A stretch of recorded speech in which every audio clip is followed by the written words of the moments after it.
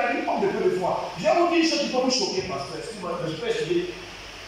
Dieu, c'est une déclaration que je vais faire qui peut choquer quelqu'un. Dieu n'exauce pas la prière. Voilà, ça, c'est ce que j'ai choqué. C'est une nouvelle doctrine. Dieu, en réalité, c'est de la Bible. C'est quand je vous dis qu'il y a des choses qui sont cachées comme des coups, pendant qu'on marche avec lui. Dieu n'exauce pas la prière, mais il nous donne la foi. Est-ce que vous voyez la différence? Ça peut dire que ce n'est pas en multipliant des paroles que tu seras exaucé. Mais ce que Dieu fait, c'est que Dieu regarde la mesure de foi. C'est cette foi qui est le cœur de la prière. Amen. Donc, ce n'est pas la prière qui est importante devant le Seigneur, c'est quoi? C'est la foi. Je t'explique dans ce passage. Le Seigneur Dieu est devant un arbre et puis il a quoi? Il a faim. En réalité, cet arbre, ce figuier là, tu sais c'est qui ce figuier là? Tu sais pas c'est qui? Tu veux que je t'explique c'est qui ce figuier? Toi tu as juste vu un arbre. Mais la Bible dit dans son père. Et l'homme, il ne marche pas quoi? Il ne s'arrête pas sur la voie des monteurs et il ne s'assied pas en compagnie des méchants. Mais tu fais quoi?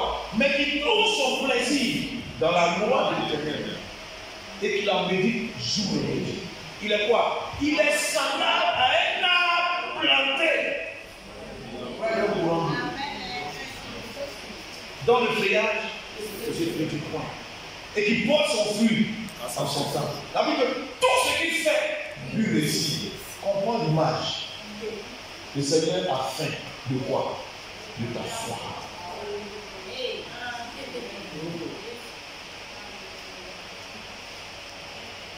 Je répète.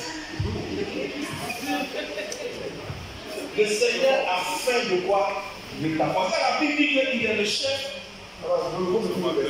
Il est le chef et le consommateur. C'est dans Hébreu, je crois. J'ai fait la différence. Hébreu.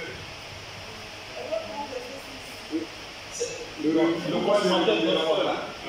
Non, il est le chef et le consommateur de notre foi. Hébreu 12:2. Ayant les regards sur Jésus. La Bible dit ayant les regards sur qui? Sur Jésus. Qui est Jésus? Qui est Jésus aujourd'hui? Comment on le présente dans la Bible, dans Jean 1? Comment on a présenté Jésus? La parole. Donc ça veut dire ayant les regards sur quoi? Et le chef est le consommateur de la foi qui, en vue de la joie qui lui est réservée, a souffert la croix, méprisé l'ignominie et s'est assis à la droite du trône de Dieu. Amen. En vue de la joie qui lui était réservée, qu'est-ce qu'il a fait? Il a accepté la croix, cette souffrance à cause de la joie qui lui était réservée. Amen. Il a accepté de mourir. Mais lui-même, Jésus a dit, si le grain de blé qui tombe en terre meurt, il reste sur le blé. Mais si lui, il fait quoi? Il produit beaucoup. Le Dieu que nous servons est un Dieu de foi. Amen. Vous savez comment Dieu a créé? La Bible dit, comme vous avez dit, dès le commencement, on dit, puis Dieu dit, non, il me plaît trop, que la lumière soit. Il a seulement parlé, il a dit que la lumière fut. Il n'y a pas eu, oh, lumière. Tu dis, lumière, sort des plaines. Non, Dieu est un Dieu de foi. Que la lumière soit point. La lumière est obligée. Là, c'est même pas la lumière. Quand il dit la lumière soit, il s'est adressé aux ténèbres qui avaient couvert la lumière. Les ténèbres étaient obligées de quoi? De libérer, de se séparer. Et la lumière est apparue. Frère, ton Père, ton Dieu, ton Créateur, c'est un principe de foi. Il est celui qui dit, il a chose à dire. Il est celui qui ordonne. Et c'est de lui que tu es la fille. C'est de lui que tu es le fils. Ça veut dire qu'en toi aussi, il y a cette dimension, il y a cette posture de celui qui peut dire que la chose arrive. Le terrain est nu, il n'y a personne dans ce quartier, mais tu peux dire, je vois ici une communauté.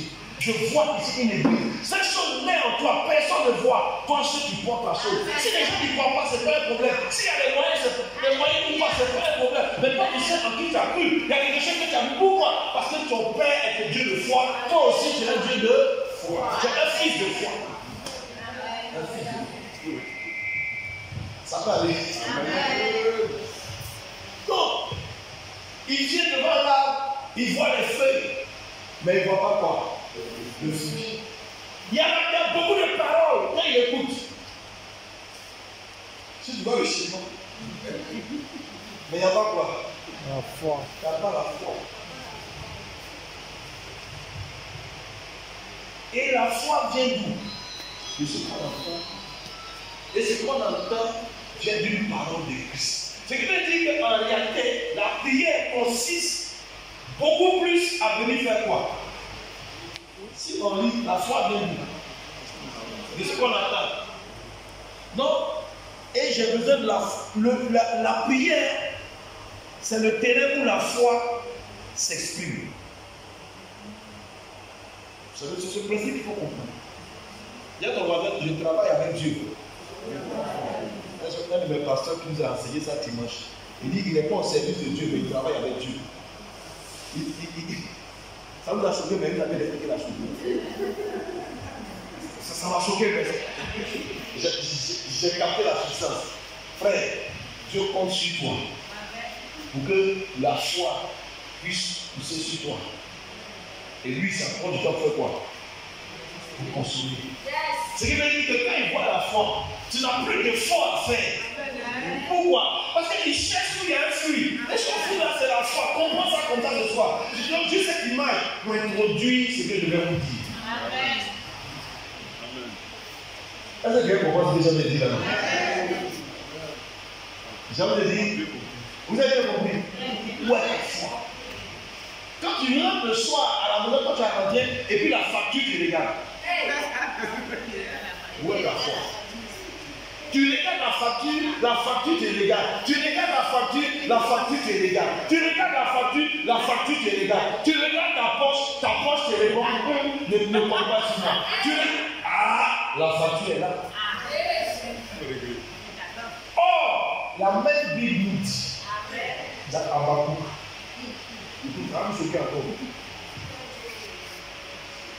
Habakkuk, alors, chapitre 2.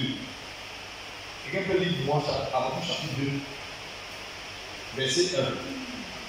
Là-bas, le texte commence en disant, j'étais à mon poste, pas ça? C'est ça, hein? Habakkuk 2, hein?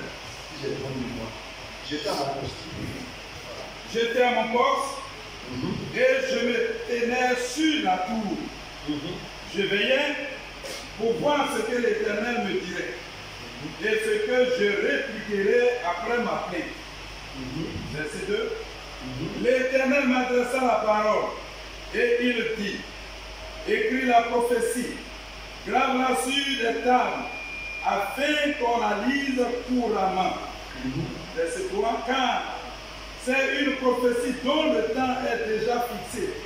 Elle marche vers son terme et elle ne mentira pas. Si elle tarde, attends-la, car elle s'accomplira certainement. Verset 4. Voici, son âme s'est enflée, elle n'est pas droite en lui, mais le juste vivra par la foi. Mais le juste vivra par sa foi. Le juste vivra comment? Par sa foi. La foi de qui?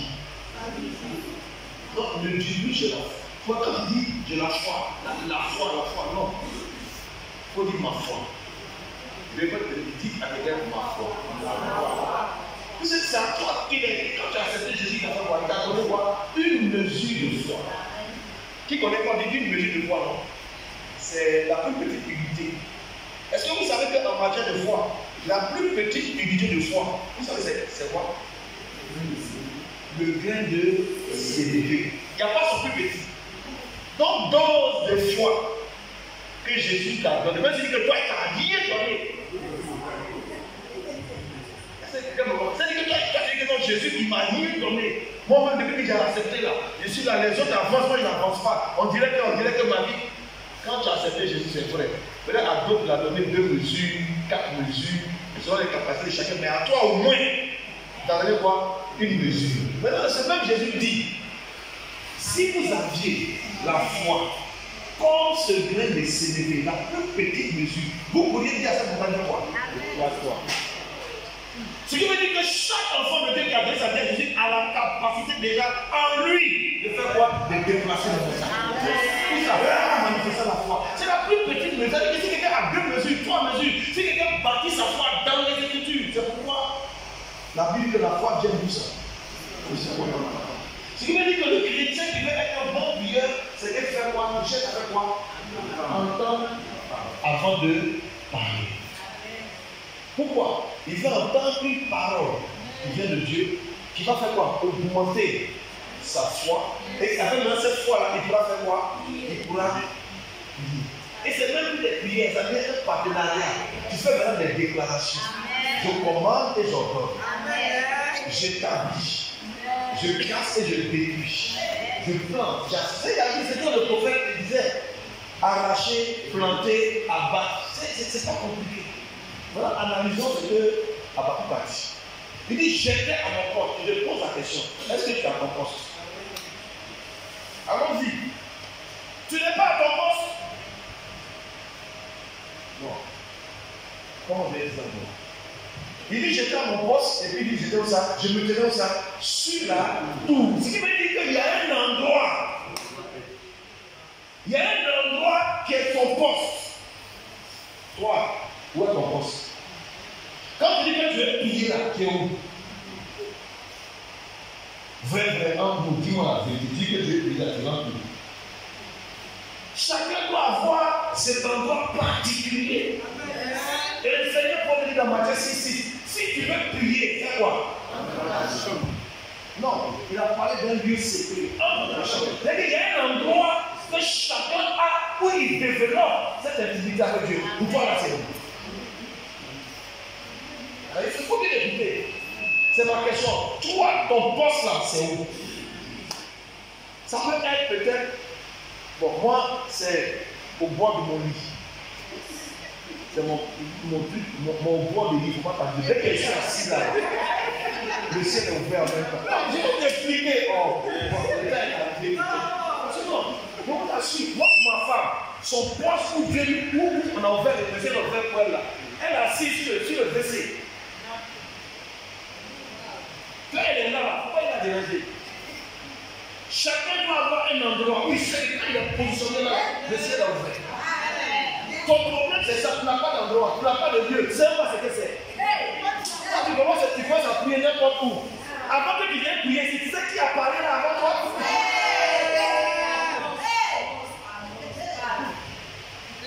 ce n'est pas la peine. Frère, et quand il y a des endroits, des postes comme ça, ça peut dire venez vendre pour chaque fois avec une nouvelle vie. Tous ces lieux-là, c'est fini. Quand on va finir la semaine, là, tu vois ton poste. Tu vois, ça va ce qu'on appelle quand le ciel est ouvert. C'est pas moi qui de parler. Et qu'est-ce qu'il faisait à son poste? Il dit, je veillais. C'est pas ça? C'est ça qu'on dit. Je veillais pour faire quoi? Pourquoi? Veiller, ça veut dire quoi? Je veillais. C'est-à-dire qu'il était vigilant. Il veillait pour voir ce que l'Éternel dirait. Donc, qu'est-ce qu'il faisait? Il était à l'affût d'une parole. Amen. Il était où ça? À l'affût d'une parole. C'est pas comme toi dire non, viens, Seigneur, utilise ton serviteur pour me parler. Non. J'ai dit, au cœur, donc je vais pas parler, mais désormais je vais prophétiser. Que le Seigneur te parlera. Si il te parlera sur les choses qui concernent ta vie. Pourquoi? Parce que tu es son enfant. Non, on doit être vigilant, hein, mon pasteur. On doit être, non, la prière aussi consiste à attendre. Qu'est-ce que Dieu va me dire? Avant de venir ici, moi j'étais stressé. Il m'a dit, Seigneur, je vais venir dire quoi? Sinon, sur la prière, moi je dansais dans l'école publique. Si je suis la prière ici, je sais ce qu'il a dit. A, B, C, D, point A, petit A, par rapport à la prière. Mais de venir quelque chose de particulier, quelque chose qui va aider une personne. Pourquoi il a voulu que ce soit la prière? Pourquoi dans ce temps précis, dans le premier mois de l'année, pourquoi c'est le le 12e jour, on va commencer à se laisser la prière. Pourquoi il a vu que ce soit moi? Dieu sait. Amen. Pourquoi? Alors, on veille.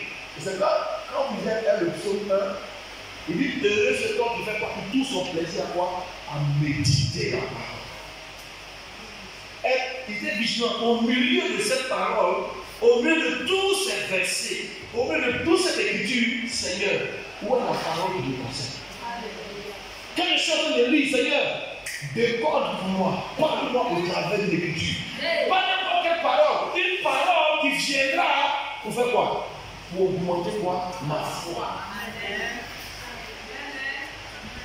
C'est ce qu'on appelle une parole réma. On va voir la différence. Tout ce qui est écrit, quand Dieu s'adresse de manière générale à toute l'humanité, que n'importe qui peut prendre la Bible pour dire cette parole écrite, c'est d'abord quoi? Parole logos. Parole Dieu qui parle à tout le monde. Mais ceux qui viennent maintenant s'approcher des Écritures, qui prient, Seigneur, parle-moi, qui lisent pas la Bible comme un roman. Vous voyez les chrétiens, la Bible, là, c'est froissé. Des fois, même des amis, et ça, ils lisent la Bible beaucoup. Mais si tu le vois, en réalité, sa Bible qui est froissée là, ça va passer bien. Quand il commence à lire sa Bible, 5 minutes après, il est parti. Et c'est quand il se lève le matin, il cherche sa Bible, il trouve pas. C'est quand il fait son livre, il se lève les gens là, voilà la Bible là, on va bien, il a dormi dessus, il froissé la Bible là. Souvent les Bibles sont déchirées parce qu'il a dormi dessus. Alléluia. Tu ne peux pas grandir dans la prière. Tu ne peux pas avoir une prière efficace. Tu ne peux pas avoir une prière qui bouge les montagnes. Tu ne peux pas avoir une prière qui déplace les montagnes. Tu ne peux pas avoir une prière qui fait apparaître des arbres. Si tu n'as pas une vie de méditation de la parole. C'est impossible, les deux vont ensemble. Parce que ce qui apporte la foi, c'est la parole de Dieu. Ce n'est pas ce que je suis en train de te dire. C'est ce que le Seigneur te dit personnellement quand tu es en train d'approcher de lui.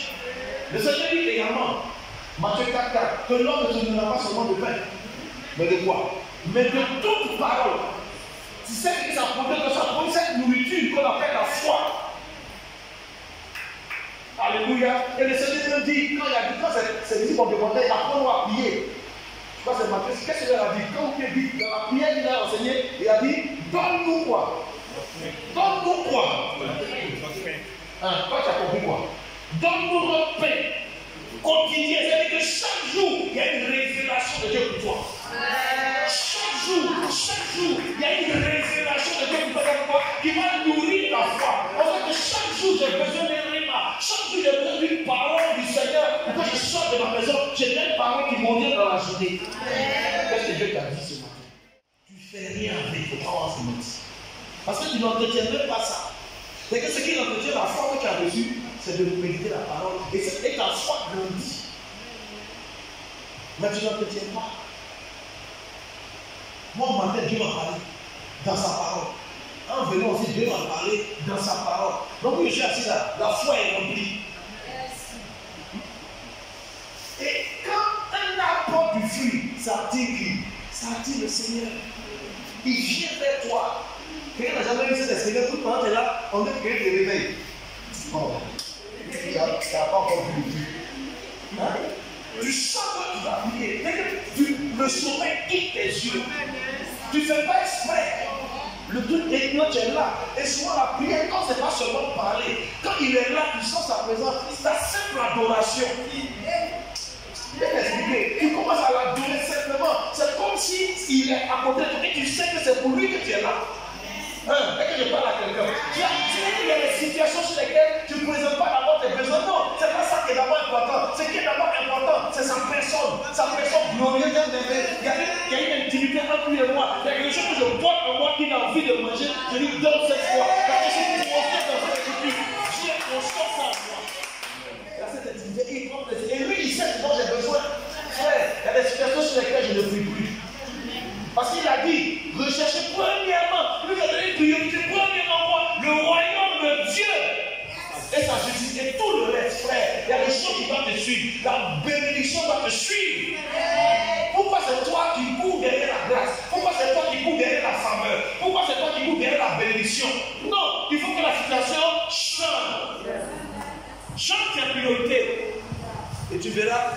la main de Dieu venue vers toi. C'est pourquoi il a dit, si vous portez beaucoup de fruits, c'est alors que mon Père sera glorifié. Où sont tes fruits? Si la foi est un fruit, quand vous voyez sur un arbre, est-ce que c'est une seule saison? On vient l'accueillir, c'est fini. Aussi longtemps que l'arbre vit, jusqu'à ce qu'on le déracine, les fruits sont quoi?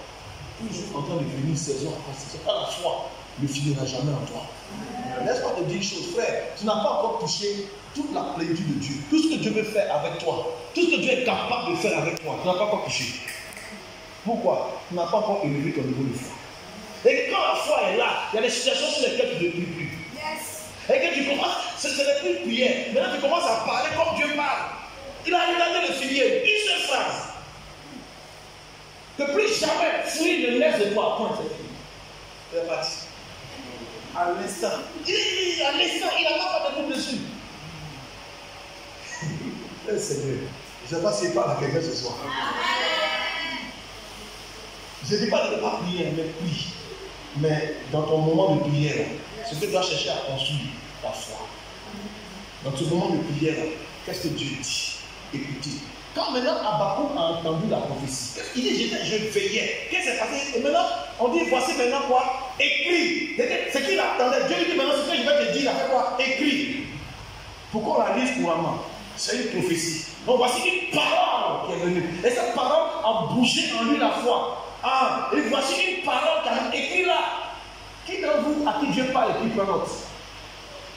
Tu penses que c'est impossible? Moi, mes notes sont prêtes là-bas. C'est pas impossible. Dieu peut te parler, tu vas écrire, quand ça fait livre. Dieu peut te parler sur ta vie de l'église. Dieu te dit beaucoup de choses, tu peux écrire, il peut le faire. Mais tu n'es pas attentif. Ou tu n'es pas attentif. Ou même tu ne sais même pas, tu ne laisses même pas Dieu te parler. Toi, tu viens, c'est un monologue. Oh Père éternel, le Dieu d'Israël, Dieu puissant, tu vois le problème de ma maison. C'est que je t'en supplie. Oh, tout ce que de mon patron. Seigneur, je vais le voir ce matin. Oh, mon Dieu, mon est-ce que Dieu t'a dit que c'est pas ton patron qui va régler le problème? Je ne sais pas si je dois comprendre. Il y a une situation que si on reste calme à l'adorer, si on reste calme à l'élever, à le magnifier, à le célébrer, tout simplement et à veiller, la Bible est ouverte et tu te demandes d'intimité. Souvent, quand tu mets une petite musique instrumentale pour aider ta foi, ça ne tarde pas quand la pensée de Christ dépose dans ton esprit et ça te fait bouger quelque chose. Tu es content en toi seul, ça te fait moins. Ceux qui sont des femmes et des hommes de prière, ça ne dépend pas. Toi seul, ça te fait bouger. Et même quand ton téléphone sort, quand tu as des moments comme ça, le téléphone n'est plus important. Il faut qu'il ne pas ouvrir là-bas. Quand tu es dans un tel moment, quand tu rentres dans ce moment-là, tu rentres dans l'éternité. Souvent, tu commences à 11h, le temps s'arrête. Tu sais même pas que c'est quoi. Le temps que tu vas finir, tu te lèves, il est 4h du matin. Et tu es renouvelé. Tu n'as même plus encore de fatigue de ton corps. Il t'a renouvelé, tu vas aller au travail, la journée a commencé. Mais tu viens de faire une veillée.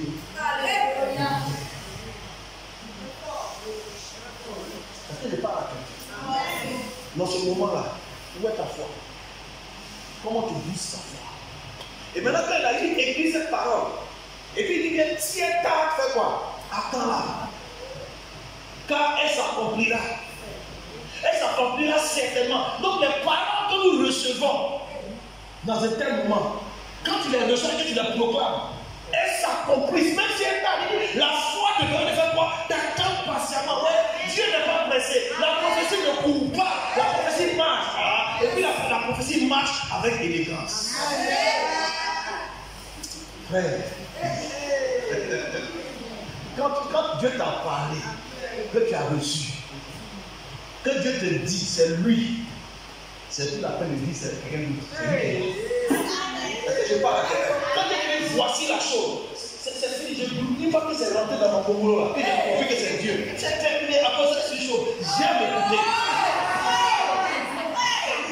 Une fois que c'est rentré là, ça descend dans mon cœur. Je travaille dessus. La Bible est là. Je ne cherche pas à écouter ce qui se passe au dehors. Je ne cherche pas à entendre ce qui se passe sur Télénews. Je ne cherche pas à entendre ce que Christian a dit. Je ne cherche pas à entendre ce que TV5 dit. Je ne cherche pas à entendre ce que la RTI dit. Non. Je cherche d'abord. Qu'est-ce que mon Dieu me dit? C'est là que je trouve ma prière. L'effort que je fais, c'est pas parler. Mon effort, c'est quoi? C'est écouter. Et s'il n'a pas encore dit quelque chose, je suis en train de l'adorer, de le célébrer, de lui dire merci. Je peux même, et maintenant je viens me repentir, parce que je sais qu'il ne me pas le péché. Je me sanctifie, je demande, je me traite. Pourquoi? Parce que vous ne savez pas. Vous ne savez pas.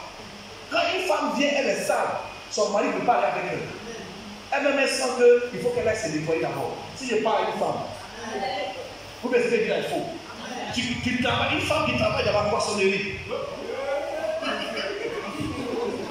Elle a écaillé le poisson là toute la journée. Hein? Elle descend le soir, elle arrive à la maison. La première chose qu'elle a fait, c'est quoi? C'est nettoyer. C'est pourquoi dans la prière, il y a l'espace pour faire quoi? Pour se nettoyer, pour enlever tous les péchés, pour être pur. Parce que le Dieu que j'adore, il est fait.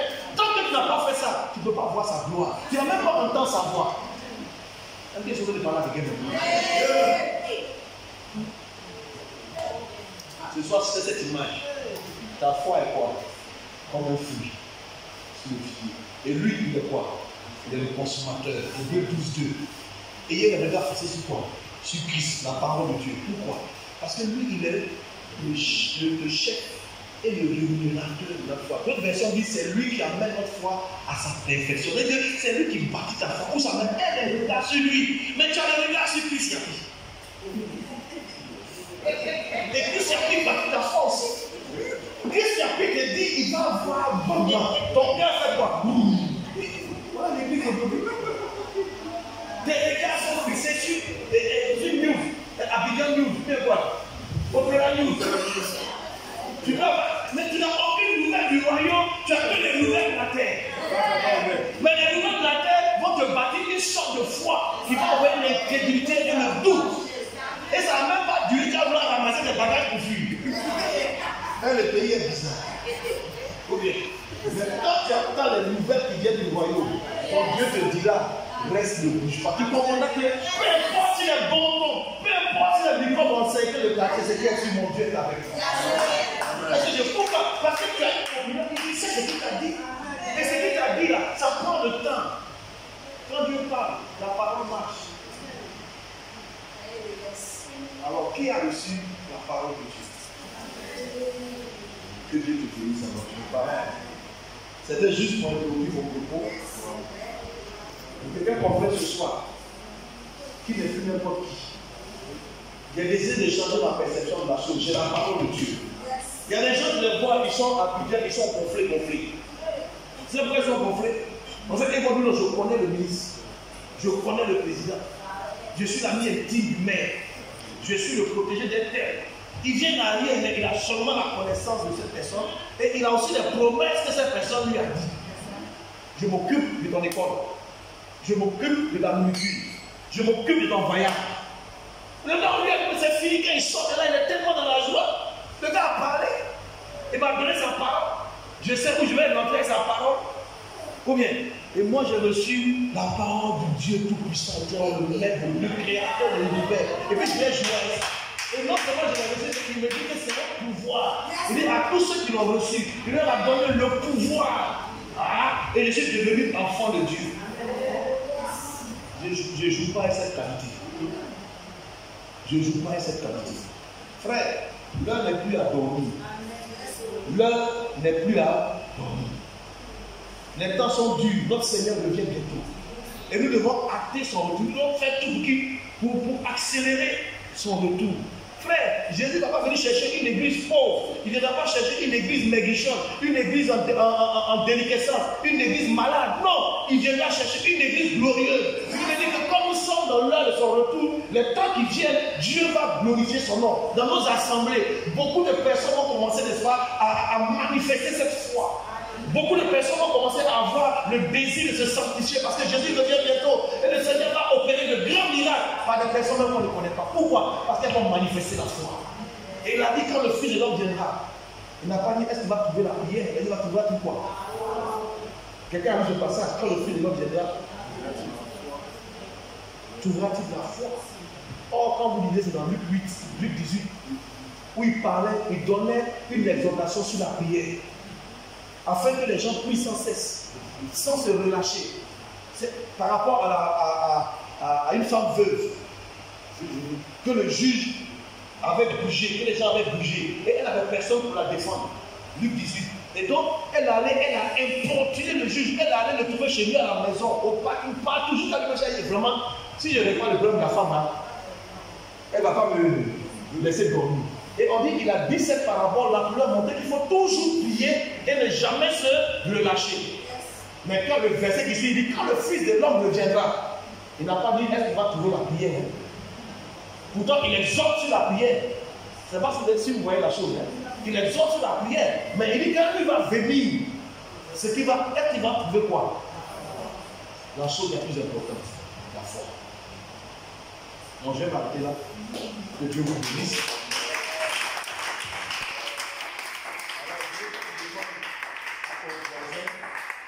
Pose la question à ton voisin, où est ta foi? Voisin, où est ta foi? Parce que je crois que si on est arrivé là, c'est que peut-être qu'on n'a pas manifesté assez la foi. Les gens prospèrent. Dis-toi bien que la foi marche. Chaque fois que je parle, dis-toi que la foi marche. Je veux dire encore à quelqu'un, ton temps arrive. Ton temps vient. Sois patient, ça ne va pas trop durer. Le temps arrive où Dieu va te lever. Église, Dieu va te lever. Ne cherche pas à faire de compromission. Continue, persévère. Attache-toi au Seigneur. L'heure vient où le Seigneur va glorifier ta tête. Dieu va te glorifier, pasteur. Dieu fera en sorte que son nom soit glorifié au travers de ta vie. Cela ne sert à rien de se presser. Quand tu as profité tard, la Bible fait quoi? Attendre. Dans quelle attitude? Dans une attitude de quoi? De foi. Seigneur, merci. Apprends aussi, je veux dire à quelqu'un, c'est une femme. Le problème avec toi, c'est que tu ne sais pas remercier Dieu pour ce qu'il a fait, pour ce qu'il fait pour toi. Tu es toujours en train de lui présenter tes besoins, tes besoins. Mais tu ne sais pas lui dire merci. Quand tu vas commencer à dire merci au Seigneur, tu vas voir la gloire de Dieu va arriver vers toi. Je veux déclarer la faveur de Dieu. Je vois la grâce de Dieu se manifester pleinement dans la vie de plusieurs personnes au milieu. Enfin, au milieu de vous, si c'est ça. Dieu n'est pas méchant. Dieu n'est pas contre toi. Dieu travaille avec toi. Dieu n'est pas ton adversaire non plus. Dieu ne te juge pas et ne te condamne pas. Cette parole vient pour t'encourager à faire encore plus. Merci Seigneur. Je te rends toute la gloire à Dieu. Dieu tout-puissant et très bon. Mon âme te bénit parce qu'il n'y a pas d'autre Dieu comme toi. Merci pour ce temps que tu as rendu possible. Que toute la gloire te revienne au nom de Jésus. Je prie Seigneur que tu nous donnes cette foi. Une foi de qualité. Quand nos regards seront fixés sur toi, quand nous serons en train de te contempler, Seigneur Jésus, quand nous serons en train de te célébrer, de t'admirer, c'est alors, Seigneur, que notre foi va s'élargir, va s'agrandir. Oh Seigneur, quand nous voudrions être ce figuier-là qui porte le fruit et auprès de qui prend plaisir. Viens, Seigneur, dans ce moment d'intimité. Je prie, Seigneur, pour cette rencontre avec mon frère. Je prie, Seigneur, pour cette rencontre avec ma soeur. Donne, Seigneur, à ton peuple, à tes enfants que nous sommes, Seigneur, d'avoir cette intimité avec toi. Père, je prie pour cette rencontre personnelle, individuelle, que chacun, Seigneur, puisse vivre ce moment merveilleux avec toi. Précieux Saint-Esprit, tu es là, au milieu de nous. Nous pouvons sentir ta présence, Seigneur. Je sais que tu es là, c'est toi qui me permets de parler de la sorte. Merci pour cette image de ce figuier. Merci pour cette image, Seigneur, de la foi comme un fruit sur ce figuier. Tu as besoin de notre foi. Tu veux nous voir, Seigneur Dieu, œuvrer au travers de cette foi. Que toute la gloire te revienne au nom de Jésus. Amen. Est-ce que quelqu'un va saluer ton Seigneur? Alléluia. Viens ton voisin.